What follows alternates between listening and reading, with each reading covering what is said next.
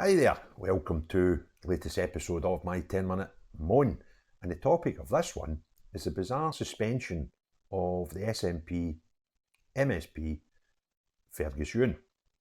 Now, to give you the full story on this, we need to go back in time a wee bit, and probably most of us can remember the disastrous failed Green Party deposit return scheme that Lorna Slater was in charge of. Disaster, right? Crackers. The scheme had a load of people do what they were supposed to do, kicking and screaming about putting things in place for shops to take back gingy bottles, right?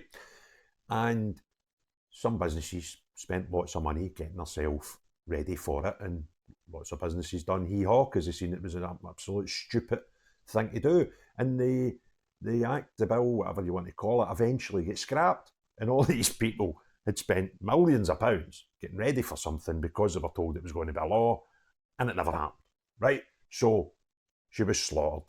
There was a vote of no confidence or vote of confidence, can't remember what way around it was, but basically there was a vote in Parliament to decide if she was competent or not. Now, I don't think you need a vote in Parliament to tell you if she's competent or not. I think if you watch anything that she does on TV, you would come to the understanding she's not competent.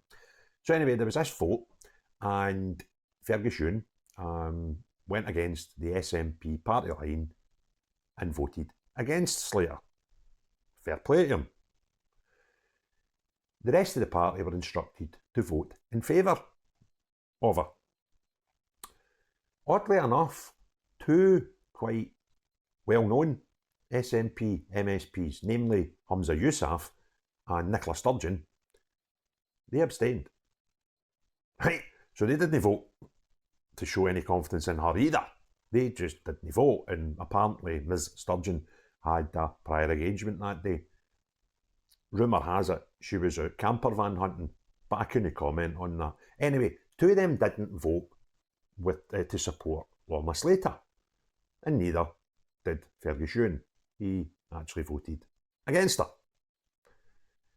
So he gets suspended from the Hollywood group for a week. Now, I don't actually know what this group is, right? But he's banned for the Hollywood group for a week. He got suspended, he appealed the suspension, they've lost his appeal surprisingly, and they've suspended him from the Hollywood group. Now, I don't know what that is. Is that a teen biscuit club that they have on a Tuesday or something? I don't know. Is that the wee bit to go around the bike shed for their mid-morning fag break? I've no idea. Is that the tuck shop at Hollywood that they get their play piece from? Maybe, I don't know. I don't think it stops him turning up and doing his job. But he's banned for this group, regardless. And it just shows me the complete madness of this party. And what it's based on, the reason they're able to ban him is in 2021, they come up with a new rule that forbids you to vote against the party line. Now, I don't know about you, but this is a mob that go on is about a democracy and Westminster's stealing our democracy and the will of the Scottish people must be heard and all this sort of bollocks that you hear from them. And now they've banned an MSP for some gang that they've got, right? He's banned for a week for taking away his democratic right to vote on something, right?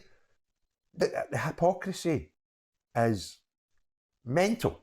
And it's proper, North Korean, Germany in the 1930s type politics are playing here, where you must obey the leadership, right? Or you'll not be allowed in the talk shop, right? They're barking mad. So his appeal was, and it came away with a cracking statement. He was quoted in a couple of newspapers over the last 24 hours about this, and he made a valid point. He said, "Look, see what will happen to me. Will happen to me. The SNP can decide what they want to do with me long term. I think he said, I'll deal with that the way the cards fall, something like that." But he made a cracking comment where he said, "I'm sure my constituents, if they wanted a doormat, they'd have went to B&Q." It's quite a noble philosophy there, because what he's saying is, my constituencies send me here, and he discussed things like votes of conscience, where things like, I don't know, same-sex marriage, abortion, stuff like that, where people might just want to vote their own conscious and, you know, their own set of morals. But if the party line is, no, you have to vote for this, then it sort of leaves the MSPs in a sort of weird place. But it's proper Kim Yousaf stuff. This is it's 2021, mate. It's no 1921. The Greens, they've kicked back. They made a comment, I think it was in the National or something, where they went on about his bizarre obsession with the Greens. Now, this gives you a sort of insight into their weird and train of thought. They don't want people questioning them either. And anybody who does question them or doesn't agree with them and stands against them gets described as having a bizarre obsession with the Green Party. Well, no, I think that's just having an MSP or anybody using their own integrity and agree with people when they agree with them and disagree with them when they don't agree with them. But the SNP and now the Greens have got this philosophy where if you don't agree with them, then it's a bizarre obsession, according to the Greens. And the SNP will ban you for the, I don't know, the Tuesday Club or something. But, you know, it just, to me, it just highlights the total hypocrisy, not only now of the SNP, but also the Scottish Parliament in general, because we can't forget, these crackpots in the Green Party are part of the government. It's a coalition. And the two parties in the coalition will not have anybody talk against them because they'll brandish you as obsessive or they'll just pap you out. We've got people who vote for this, right? We've got members of the public who can see this in front of their eyes, and I guarantee you will go and tick a box next to either of the two parties because freedom. That's it. Full stop. That's it. If either of these two parties did not stand up for independence, right, nobody would vote for them. So that means people that vote for them are only interested in independence, and it's independence at all costs.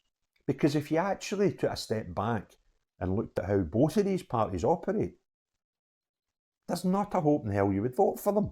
Now, I don't know how the Greens started off life as eco-friendly, cuddly, save the whale type party. Fantastic. Not a political party. Activists, right? But somehow they've turned into this mad left tree hugging grab. I mean, look at Ross Greer the other day and his craziness outside Parliament, shouting victory for Palestine and all that. I don't really understand how you tie environmental issues into kill Jews, because that's basically what he's saying, right? I could kind of understand why a crackpot like Lorna Slater would want to come up with the deposit return scheme, because in her wee mad head it was going to save the planet, right? The reality was it was never workable. But I kind of get how you can link those types of policies to a Green Party. What I can't understand is how you turn it into, what was it? With the boycott all Israeli companies. And Ross Greer, any business that supplies Israel now, of anything, no arms or just anything, anybody that does business with Israel, we have to boycott them as well. Now, I don't know where the environmental aspect of that comes in. But the other thing is, if the SNP didn't stand on a card for we might try and get independence someday, who would look at their policies and vote for them? Who would look at how that party operate, where members and MSPs, not just members actually, are not allowed their own opinion? Now, see if you could take the SNP badge off them and the colour yellow and the independence, and you get any normal, level-headed human being just to look at how they operate. Now, when you touch them with a barge pole, right? You've got Kim Yousaf there, who on yesterday's video approved that he went totally against ministerial advice, went completely against a ministerial decision to give money to Gaza. And he just read, I'm meeting the UNRWA next week, so we'll just tell them they're getting 250 grand. Really? That's all right. Is that how democracy works? They don't want a democracy. They cry democracy when processes and procedures don't go the way they want. Like, we want independence. Well, you kind of need to get a referendum for that first. We demand a referendum. Westminster, well, you had one 2014. You're standing in the way of democracy. Aye. Away and practice what you preach, right? When the rules don't suit you, you cry, democracy's getting stamped all over. Yet the actual rules in your party don't allow democracy. If you want me to prove that to you, just look at this Fergus Ewing case. You banned a man for having his own democratic right to vote on a subject in the Scottish Parliament. Right? You can't see this, how ridiculous this is. Do you know what I mean? Somebody disagrees with a Green policy and the Green Party describe him as having obsessive, a bizarre obsession, right? Now, other thing that Fergus Ewing said, which I thought was quite funny, was he says there's not a single person looks at Slater and agrees she's competent. Yet he's been banned for voting in a vote to suggest she was incompetent. Where do we stop? They are absolute crackpots.